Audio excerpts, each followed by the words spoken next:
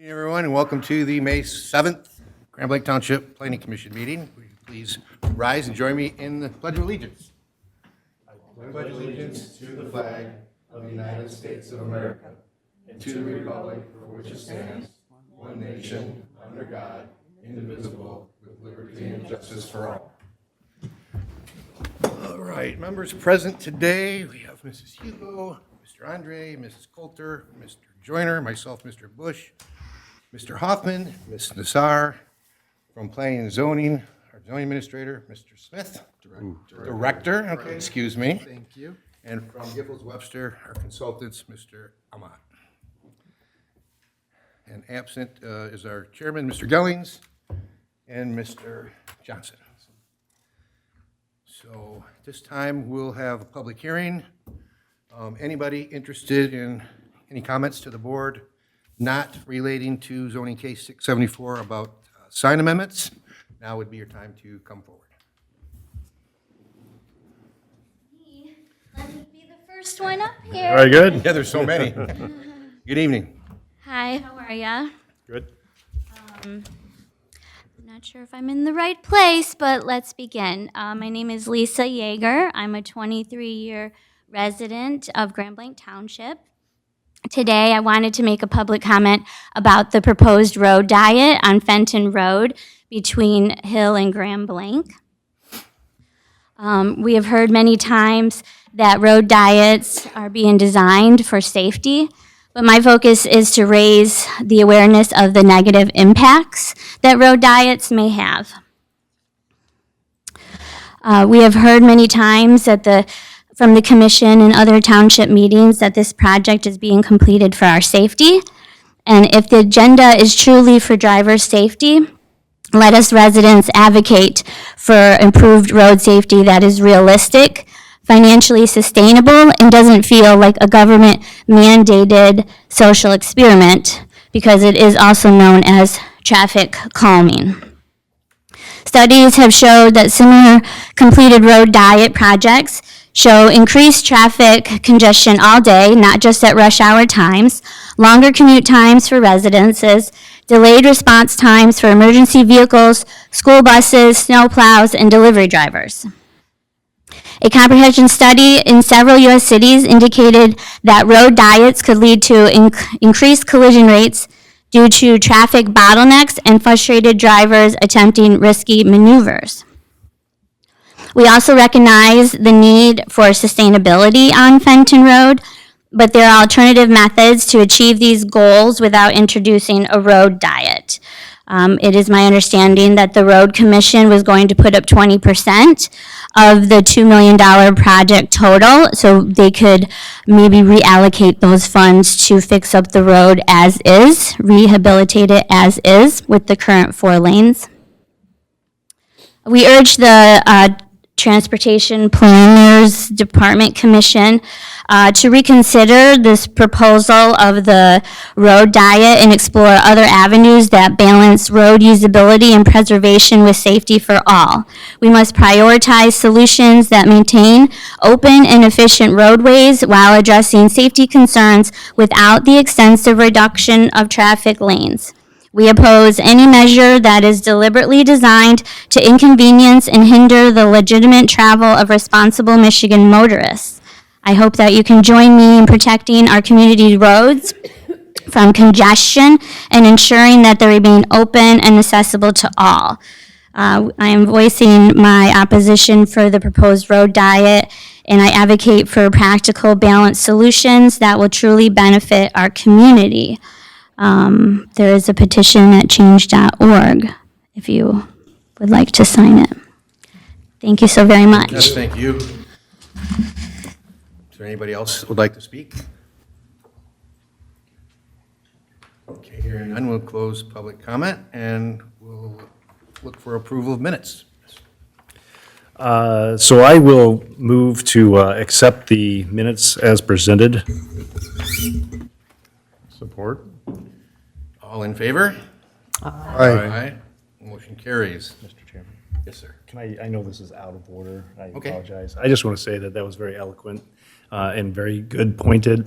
I know that we can, I'm sure they ask us about stuff and that they might, the road commission is the ones who are in charge of it. We won't have a lot of say in it, but I'm sure they'll reach out to you or discuss things with you. It's more up to the township board. Okay. Than it is really for us or myself at the planning level. Like you said, it's mostly road commission that has dealings with the township board and any agreements for that. So this is on recorded, so we can get this information to the board, or you can come back and do it again for them. I will say you've made some excellent points and great positions, and it was very eloquent. So, yeah. I will also say, the city did it on Perry Road several years ago, where it was 4 lanes, down to 2 at the stoplight on the hill there. And when they moved it to 2 lanes with the center lane all the way out, I cannot tell you how many accidents and frustrations that solved, because that when it came down to 2 at that light, because you could turn left, and people were like, well, you're turning left, I'm gonna get over here, and then you gotta race to get to the, I mean, it was terrible. So sometimes they work, and so your views of, hey, can we look at all the options? I think that's what's great and things of that nature, so I would just like for you to know that. Ready? Yep. Thank you. I just wanted to add the approval minutes was for the April 2nd meeting. Thanks. Okay, and on to the approval of the agenda. Mr. Smith, any additions or amendments? None. Okay, hearing that, take a motion. I move we approve the agenda. Alexander Nassar, second. All in favor? Aye. Aye. No, motion passes. Mr. Smith, any correspondence? None. Old business? None. Moving on to new business, zoning case 674, text amendment, public hearing for signs. Any additional information, Mr. Smith? Thank you, Mr. Chair, or Mr. Vice Chair, for sitting in for our chairman, Mr. Gellings, who had a death in the family, so that's why he's not here. So he apologized he couldn't make it tonight. So no more changes than what we discussed from last month's meeting. Just a minor one about the township board.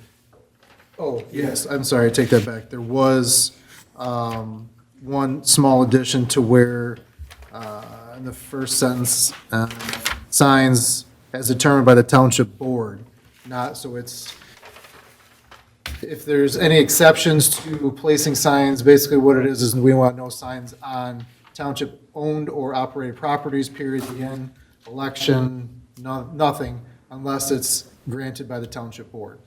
So that's a petition, you'd have to come before the township board meeting, see if they would grant that, but it's up to their discretion, it's not something they would come to me to fill out a sign permit or something like that. So that was the only exception, or the only addition to the amendment tonight. Thank you. Yep. Questions or comments from the board? If not, I'll take a motion to open a public hearing. I'll make the motion. Support. Okay, public hearing is open. Anybody in the public wishing to speak about signs? See none, we will close the public hearing, and I'll bring it to the board for any comments, concerns, or a motion. It would be to recommend to the township board. Yes, sir. I'll make a motion, please.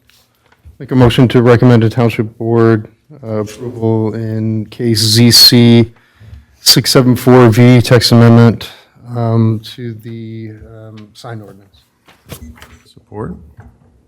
Okay, all in favor? Aye. Opposed? Motion carries. Thank you.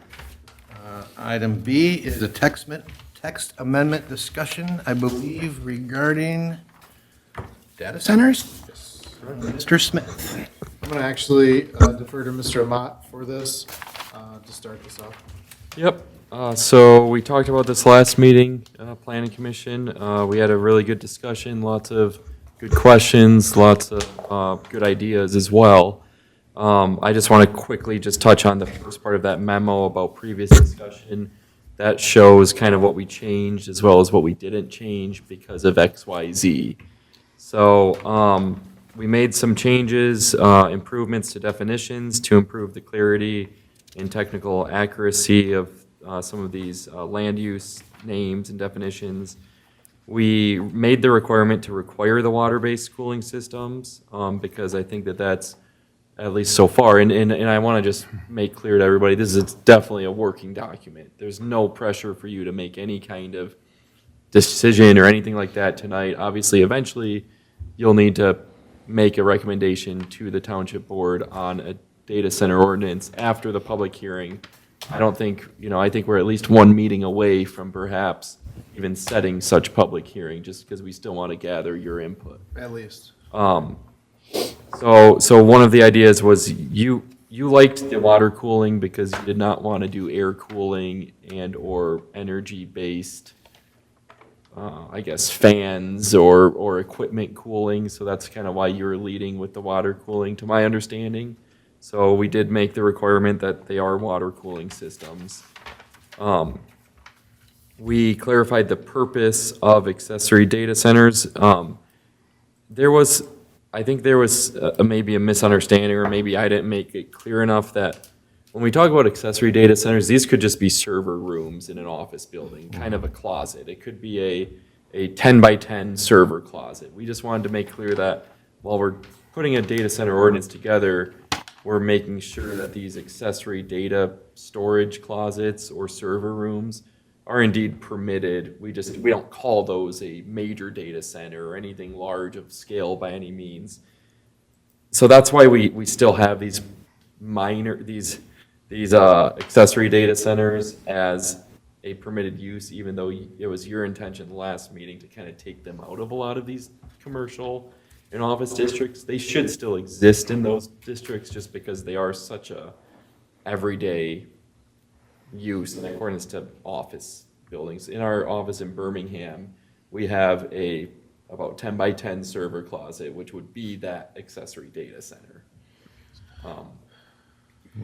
Just want to clarify, can we add something in there to say server and specify that? Yeah, we did. Okay, I just want to make sure. We put a definition, that just says server room or closet, and then we point it back to the accessory data centers. Got it, okay, thank you. Just in case somebody was looking up server room, they can see that that's the same thing as an accessory data center.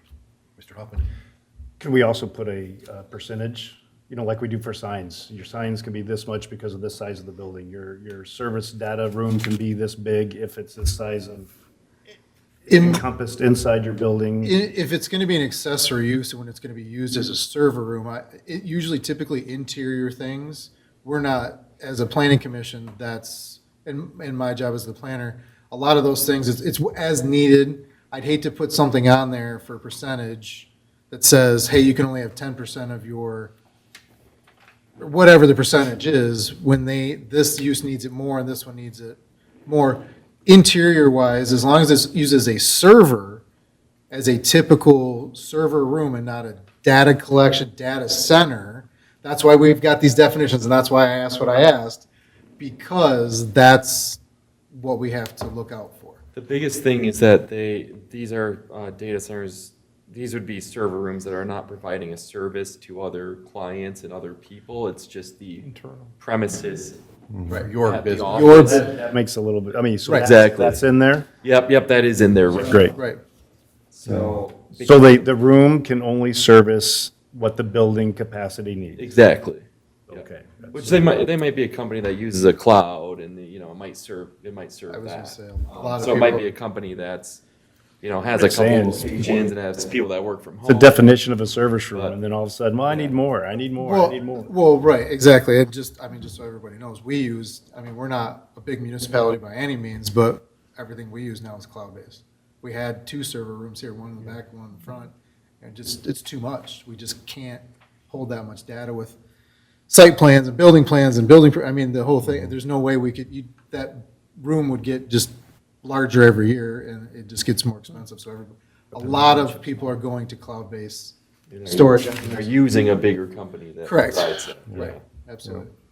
Yeah, you don't want to limit it to based on size, because it's really the use of the technology. Like if you have a CAD operation, computer-aided design, I Yeah. mean, those are heavy in data use. Right. And connection use to, Yep. to servers and things Absolutely. like that. Whereas just having like, email, word processing, Absolutely. spreadsheets, a lot less demand Yep. on that kind of a system. When you say, I don't know if we want to limit on size, actually, I kind of think we do. I mean, if the whole building could be turned into a service room, then what's the real difference between data center and the cost of electricity, water cooling?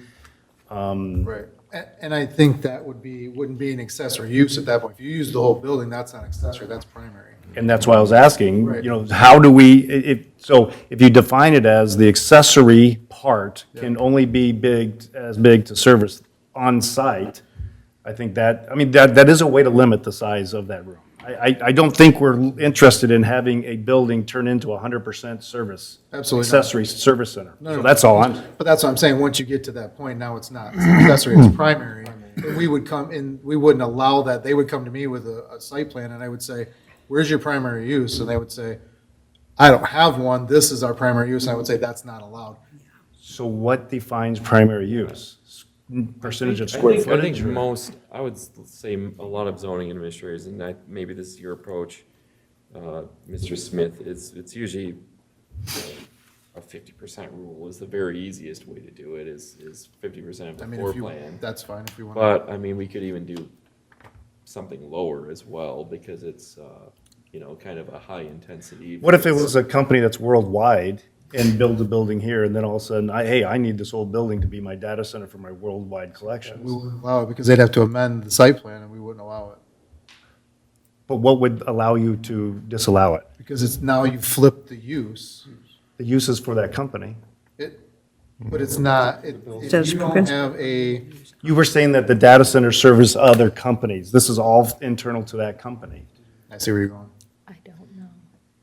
But again, I'm not trying to be sticky. no, I just- I see where you're We can going. look at a percentage, or a percentage, but not to exceed, percentage or square footage, but Well, I guess- whichever is lower type of thing. In my opinion, 50% would be the threshold then, because after that, now if you're 51%, now that's not. Now, you're not the, primary use. yep, I'm good with that. Something. We'll look at, yeah, we can see about adding that in for clarity. I think you're probably not gonna see that though, just because the stuff is so expensive. Have you seen how Yeah. thick our zoning and ordinance I books know. are? It's cloud-based. We try. Yeah, we it's try so big, and it's care- cloud-based now. I understand. All right. I'm with you on that. That's something we can look at, yep. The next thing on the list was, the residential buffer, so the distance from residential properties. I know that the commissioners, discussed a 1,000-foot buffer. Because the largest buffer I'm aware of in your zoning ordinance is 500 feet, maybe we should just stick with that, for now.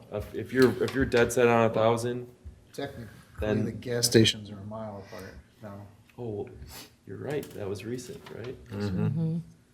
That one slipped my mind. So yeah, you do have the mile for gas. That's, No, that's, is that a use-to-use buffer, though? Not a. This is a for residential. You're right, that's a clustering buffer. Yes. It's Whereas, a little different, but. yeah, so the 500 is, Oh, there might be something else in there that's a thousand, if I remember right. Don't, we can look, I know you It's said obscure. 1,000 last time. Are you dead set on 1,000, or are you okay with 500? I think if we're going to 1,000, we need to do some more work with maybe the township attorney on the legal precedent, jumping to 1,000. I see five, I think the reason why there was 1,000, because we've heard of other communities that get these, and then all of a sudden they hear this whining and zipping and noise and stuff like that. And so I think we looked at the 1,000 because of that. Did you find anything out that Well, you could do the 500 with a noise ordinance that has. yeah, because they would just have to put up more sound barriers to the building or something. Kind of like the photometrics of lights have to be staying on. problem is for height variances on fences, the highest we allow is 8 foot and. Well, can't the building be soundproofed? not the. Yes, but They what do- if, but what they if the use mechanical's equipment. outside? Yeah, the mechanical equipment outside. Yeah. Oh, I don't know what they're hearing. I'm just- You know, buzzing and stuff. Just saying, what if it's outside? Yeah, yeah. You do have the noise ordinance right now that allows for the certain decibels at a property line.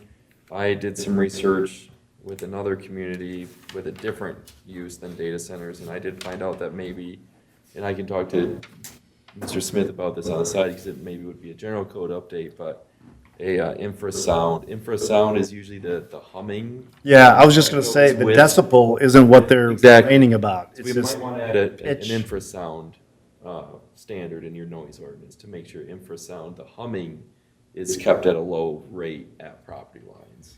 Just something as this stuff kind of evolves. It's, And maybe that's something that goes into the general commercial or the light industrial zoning instead of a general ordinance. That's for all township, and then this will be specific for those larger uses and larger buildings, and we can enact that, and we can have it discussed here in front of you folks. yeah, so I think for now, we'll give you, okay, so going back to the distance, would you be okay with 500 if there's a strict infrasound and decibels at property line ordinance in place? looks like it. Okay. The 500 feet for clarification, the 500 feet is from property line. Yeah, property line of the, property line of the data center property to the residential property line. Let me double check. It's, yeah, there's a couple different references for 500 feet in here, both for the loading zone as well. Let's clarify if it's 500 feet from residential zoning to the building is the 500 foot, or if it's from the industrial building to 500 feet to residence, two different things. Okay, yeah, it is, it looks like it's from equipment. Right. Let's make that more clear. I'd want everything at least 500 from the property line, not Property line. Okay. Mr. Joyner? When you look up infrasound, it consists of sound waves with frequencies below 20 hertz. And this is typical, the lower limit of human hearing. However, these low-frequency waves can be felt as vibrations or pressure on the body and be produced by natural sources like earthquakes, thunder, and machinery, turbine engines and things like this. So, even though we can't hear that, I mean, that's kind of what we ought to be looking at if we're going to be talking about infrasound, is those things below 20 hertz. That messes with the wildlife as well. Right, Yeah. My only other question though is how do you measure it then? Well, you can do an audio scan and, devices that will give you, this is what humans can hear, but here's what dogs can hear, that type of thing, below 20 hertz.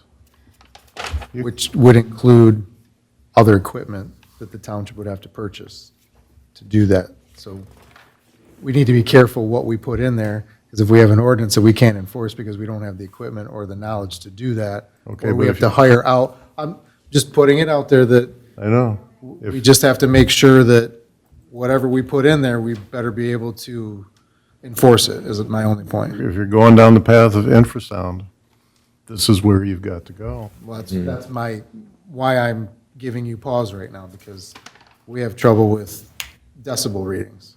Yeah, the phones and apps and stuff like that, while residents might use it to tell Jeremy, hey, I've got too much sound, those are Not calibrated not devices. calibrated and they're not Accurate. accepted in court, right? Correct. So you would need the proper rated. But, even 500 feet might not save you from infrasound. Mr. Hoffman?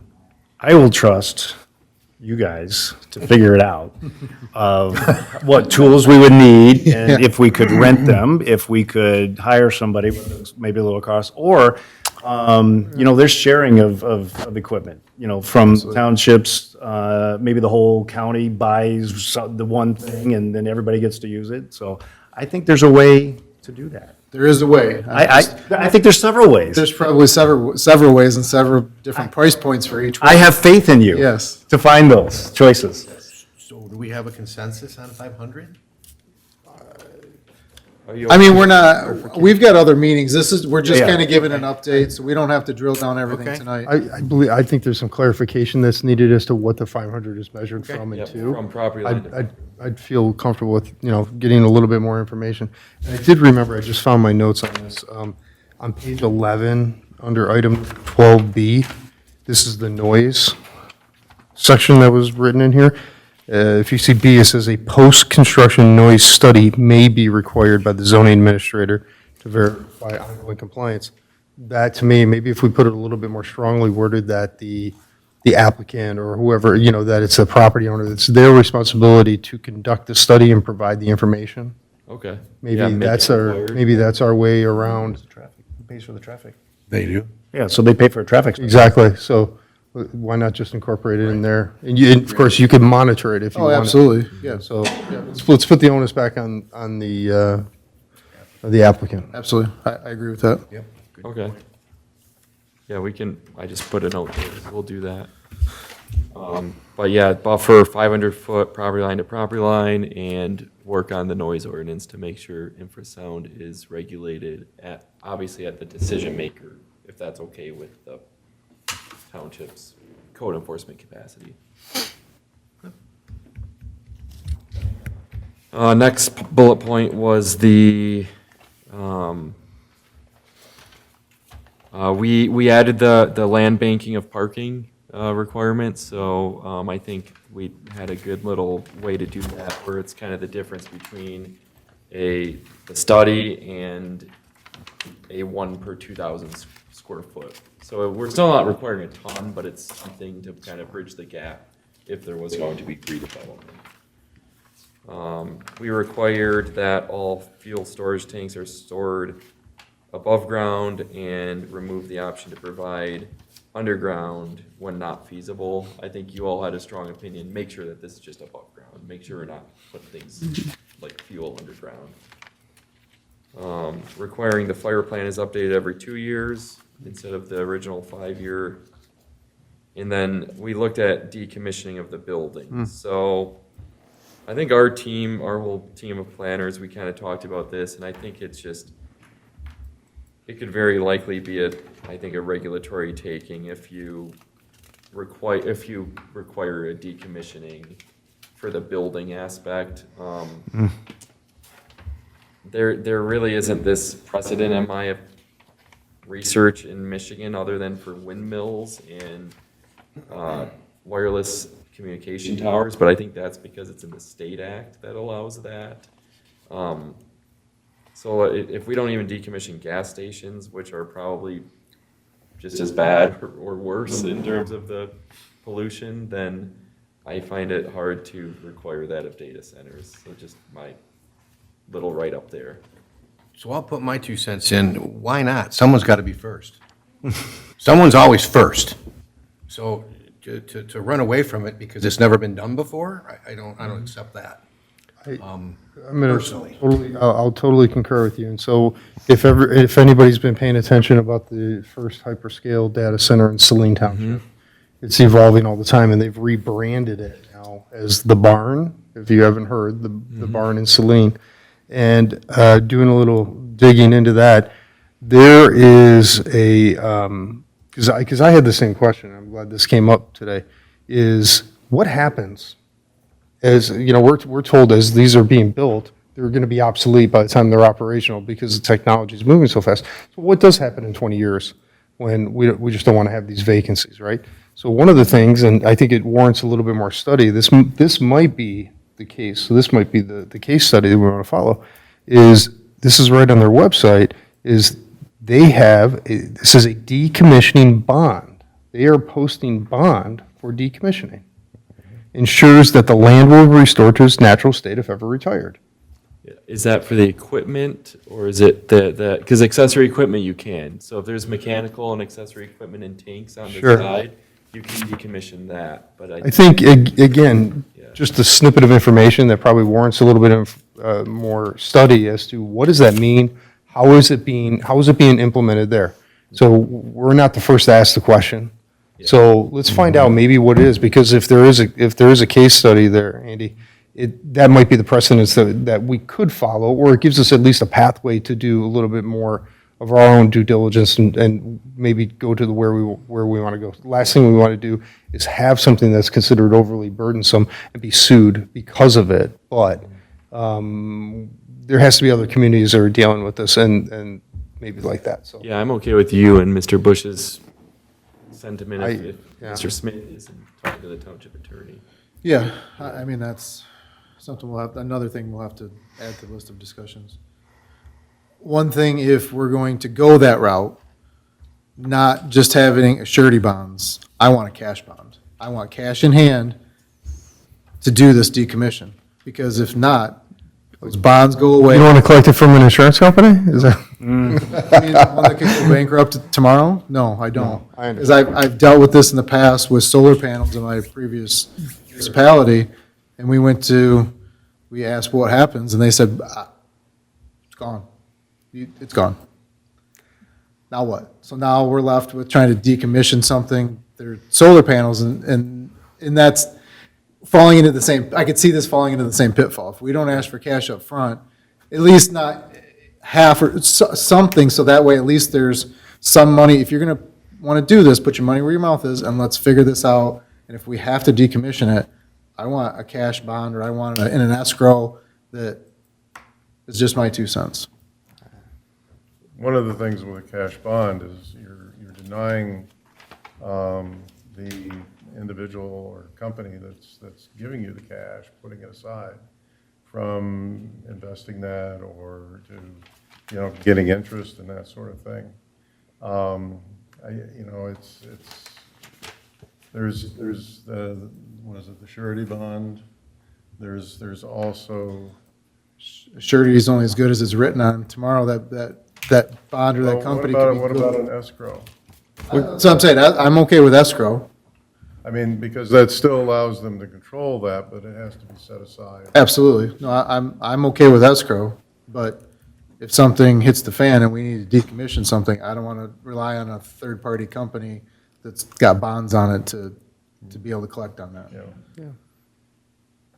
Just my 2 cents. I think, yeah, I agree with the hardship of sometimes figuring out a surety bond.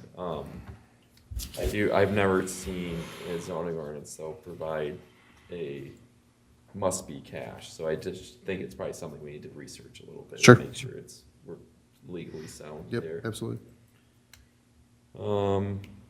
So I think that was it. So, you were all okay with the township board construction plan ordinance as well. So that would be something the township board, you don't have the authority to make a recommendation on that formally through the normal zoning and Acting Act process.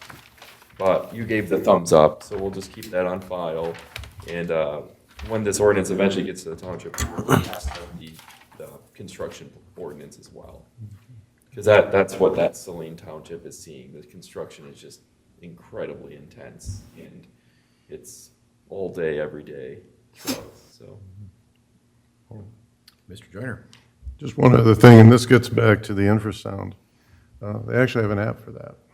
Oh, really? Yeah. Yeah, it's called RedVox, infrasound recorder and infrasound detector, and it will detect those. So, As a guide or as a framework, it might be interesting, but.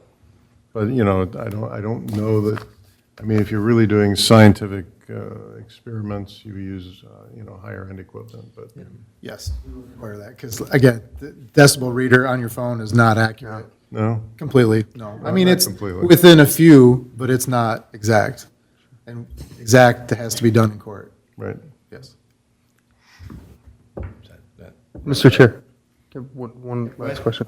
Yeah, I apologize if this question has been asked before, but since we have members in the audience and people are watching, how many applications for data centers have we received in the township? As of today, 0, Okay. How many inquiries have we received? 2 or 3. Okay. Thank you. Mr. Joyner? One more thing.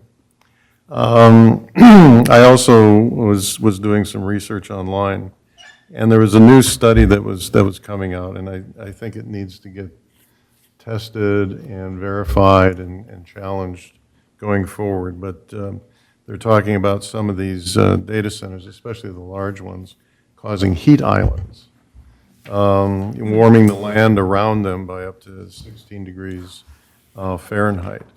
They did a study, looked at data over the last 20 years from remote sensors and against the locations of what they called AI hyperscalers. But this was like 1 million square feet, which I don't think we're going to be looking at here. But there is an interesting study about not only, the power that goes into this, but also the heat that's generated around the data center.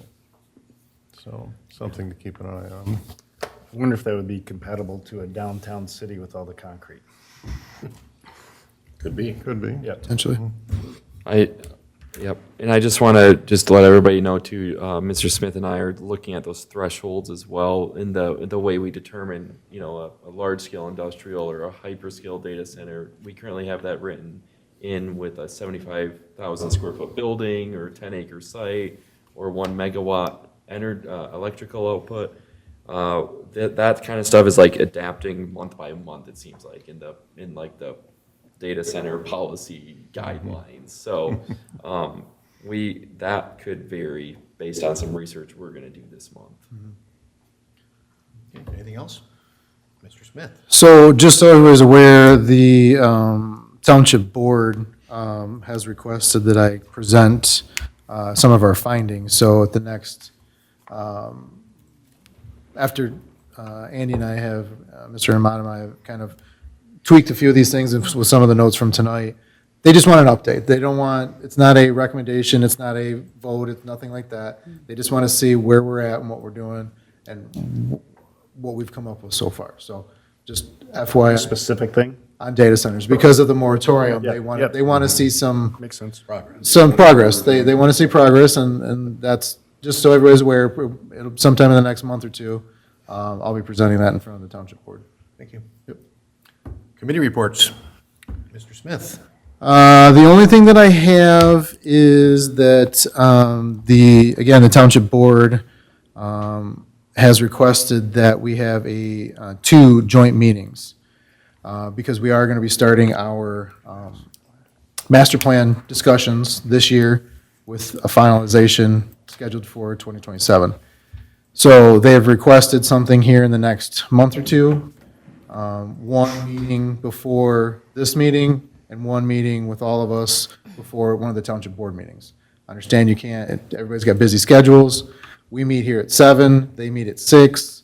So they want to have a open forum meeting, talking about planning and zoning, talking about zoning maps, future land use maps, and things like that. Nothing formal, just meetings to see where we see pitfalls, where we think that needs some adjusting in our zoning. So just know that I'll be meeting with the Township Board members, Dennis and Scott, and some of the other board members to figure out dates where we thought that would be appropriate for meetings. So you'll see something in an email. I just want to have everybody be aware that that's coming down the pipe. We're hoping that you can at least make one of them, either the one before this meeting or one before the Township Board meeting, just to some of the new faces that are on the Township Board and get to meet, all of you folks too, so. Do you have dates? I don't, but it could be as early as June for ours here. It all just is predicated on if we have, because our SPR, Site Plan Review Committee meeting is at 6 before the meetings tonight. So if we have nothing next month, then that would be a perfect time to do that, and then figure out whenever there's a light meeting for the Township Board and set it at 5 o'clock, an hour before the Township Board meeting meets. So, Okay. yep, thank you. Anything for the Township Board? Ms. Hugo? I do want to mention, many people know, that the voters approved the $149 million bond. So that was good. I work at the school, for those of you who don't know. And then I also wanted to let you know that the next board meeting is this coming Tuesday at 6 o'clock, right here. Thank you. Any other business? Yes. Mr. Joyner? We've had discussions last year about, pass these down, chicken coops. And that seems to be something that is near and dear to Thought we were done some with of the the board chickens. members. Well, I want to keep people apprised. Back in December, when I first showed this chart, the egg prices were $2.71. And when you look at and these are adjusted for inflation, you'll see that the prices have been continuing to come down, and as of March 26th, they were $2.35 for a dozen eggs, grade A, large. That's from the Bureau of Labor Standards from the federal government. This is something that they publish on a monthly basis. So, it did peak very high, probably about $6 back in 2025 for a dozen eggs. So it has come down dramatically, and it is within the range of what it has been since 1980, which is in the $2 to $3 range. It's in that bar. It occasionally pops out of there, and did so magnificently after about 2022, 23, and 25. But now it's on its way down. So just so you have ammunition when you talk to Commissioner White and Yes. some of the other members of the board. And thankfully, as far as code enforcement is concerned, we haven't had complaints since we've changed the ordinance. Knock on wood, we haven't had any complaints regarding chickens. Everybody seems to, the ones that were having issues before when it was 10 acres and now we've dropped it down to 2, seems like everything is going smoothly, and I haven't had any complaints from any of the neighbors. So kudos to you guys for, helping with the problem and being able to, rectify that for some of the residents. Thank you. Just a question, do you know why it peaked so high and then, went down There was so a quickly? bird flu problem. Yeah, There was a bird flu problem. They Had to kill. euthanized millions of birds. Okay, So- just curious. And I mean, that's, They had to take all those eggs and grow them instead of eating them. Any other business? If not, I'll entertain a motion for adjournment. Make the motion. support? All in favor? Aye. Meeting is adjourned. Go Pistons.